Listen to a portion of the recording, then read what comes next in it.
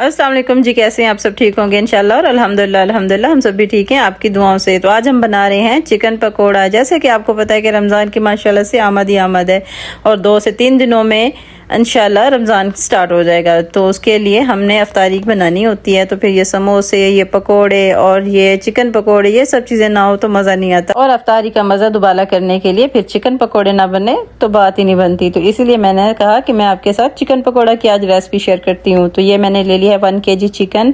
उसके बाद मैंने 2 चम्मच के बराबर डाल दिया है सिरका और उसके बाद मैंने डाल दिया इसमें पानी, जो अच्छे तरीके से डिप करके रख दिया ताकि इसका ब्लड वगैरह सब निकल जाए। तो इधर फ्लेम ऑन करके मैं पानी बॉईल करने के लिए रख देती हूँ। तो ये मैं चिकन उठा के इसको भी धो लेती हूँ ताकि इसको साफ़ कर लूँ मैं पहले, तब तक मेरा पानी भी बॉईल हो जाएगा। तो ये देखिए माशाल्लाह से चिकन को मैंने अच्छे तरीके से वॉश कर लिया। अब इसमें से ब्लड वगैरह जो भी गंदगी थी सब निकल चुकी है। तो ये माशाल्लाह बिल्कुल सेट हो चुका है, साफ़ सुथरा हो चुका है। तो अब इसको मैंने एक दूसरा बॉल लेके छुरी की मदद से हल्के हल्के से ऐसे कट लगानी है। अच्छा, ये कट लगाना ज़रूरी होते हैं ताकि इसके अंदर तक मसाला जाए। अगर अंदर तक मसाला जाएगा तो इंशाल्लाह हमारे चिकन पकोड़ा बनके बहुत अच्छा, बहुत ही खूबसूरत और लजीज तैयार होगा। क्योंकि अगर हमने इसको कट नहीं लगाया, ऐसे ही मसाला भर के बना लिए तो ये अंदर से फीके फीके लगेंगे, वो खाने में मज़ा नहीं आएगा। तो हमने इसका टेस्ट भी लेना है और खाना भी है, बनाना भी है। तो हमने सब्र और तहम्मुल से बनाना है। इंशाल्लाह ये बहुत अच्छे बनेंगे और आप भी ज़रूर बनाइएगा, ज़रूर ट्राई कीजिएगा इंशाल्लाह रमज़ान में, और मुझे बताइएगा कि आपसे किस तरह के बने। अच्छा, कोई भी काम हो ना आप दिल से करो तो आपको वो मुश्किल नहीं लगती। अगर हाँ दिल से नहीं कर रहे तो फिर आपको सोच के भी मुश्किल लगता है कि नहीं ये हम नहीं कर सकते। एक दफ़ा आप मेरे कहने पे करना स्टार्ट करो, इंशाल्लाह हर काम आप परफेक्ट करना सीख जाओगे।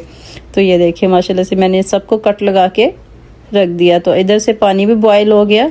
तो अब मैं बारी बारी करके सारा चिकन इसके अंदर डालूंगी, लेकिन अपने हाथों का ध्यान रखिएगा ताकि आपके हाथ ना जलें। एकदम से बिल्कुल भी नहीं डालना, जैसे मैं डाल रही हूँ बारी बारी इसी तरीके से डालें ताकि पानी ऊपर को ना उड़े और आपके हाथ वगैरह ना जल जाए। तो अपनी सेफ्टी सबसे पहले है। ये देखिए अब मैंने इसके बाद थोड़ा सा नमक डालना है ताकि अंदर से थोड़ा सा ये नमकीन हो जाए।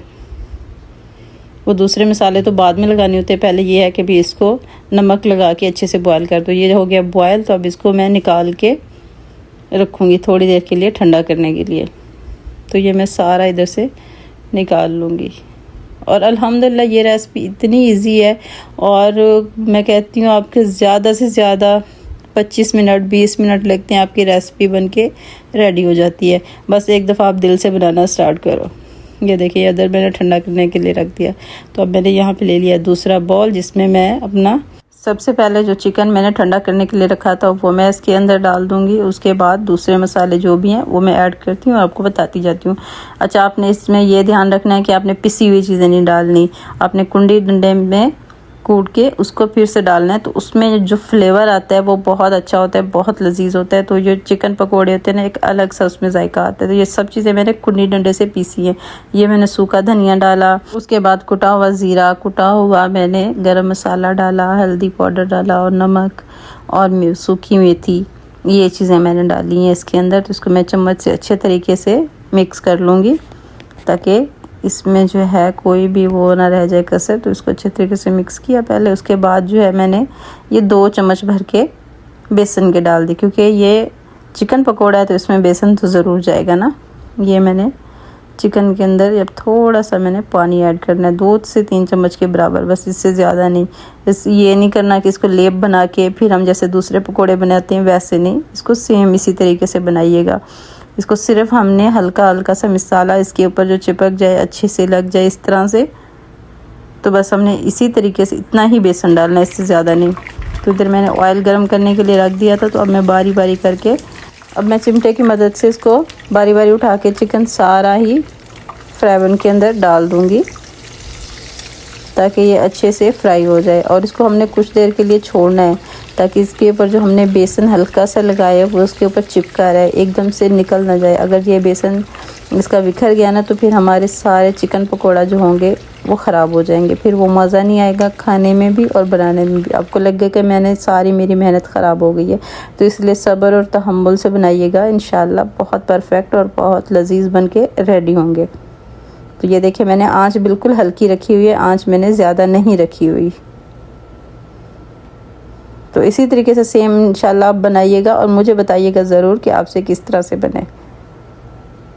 ये देखिए अल्हम्दुलिल्लाह इस पे कलर क्या खूबसूरत खिल के आ रहा है माशाल्लाह बहुत, और खुशबू बहुत अच्छी आ रही है, क्योंकि जो हम मसाले पिसे हुए डालते हैं उसमें खुशबू नहीं होती। जो हम हाथ से पीस के कुंडी डंडे से पीसते हैं फिर हम वो मसाले इसमें ऐड करते हैं तो उसकी एक अलग ही लेवल की खुशबू होती है। और जो इसमें सूखा धनिया खुशबू लेके आता है उसकी तो एक अलग ही बात होती है। और इधर मैंने 2 से 3 इसमें हरी मिर्च भी ऐड कर दी हैं ताकि इसका एक अच्छा खूबसूरत लुक भी आता है और ये खाने में बहुत मज़े की लगती हैं, बहुत लजीज लगती हैं। और ये चिकन पकोड़ा और ये हरी मिर्च किस किस को पसंद है ये मुझे ज़रूर कमेंट्स करके बताइएगा। ये देखिए माशाल्लाह से क्या खूबसूरत इसका कलर खिल गया है। अल्हम्दुलिल्लाह ये बन के बिल्कुल परफेक्ट हो गया है रेडी। तो अब छन्नी के अंदर मैं इसको निकाल लूँगी ताकि जो इसका ऑयल है वो सारा ही रिमूव हो जाए। ये देखिए इसी तरीके से मैंने सारा एक एक करके निकाल लेना है बाहर ही। और ये अल्हम्दुलिल्लाह बन के हमारा रेडी हो चुका है। ये मैंने फ़ौरन ही निकाला, थोड़ा सा ऑयल को ठंडा होने दिया तो उसके बाद ही मैं इसको निकालना स्टार्ट किया है। तो अल्हम्दुलिल्लाह हमारी रेसिपी बन के बिल्कुल परफेक्ट हो गई है रेडी। और हमारी वीडियो को लाइक शेयर और सब्सक्राइब तो ज़रूर कीजिएगा और दुआओं में भी हमेशा याद रखिएगा। इंशाल्लाह मिलते हैं नेक्स्ट वीडियो में। अल्लाह हाफिज़।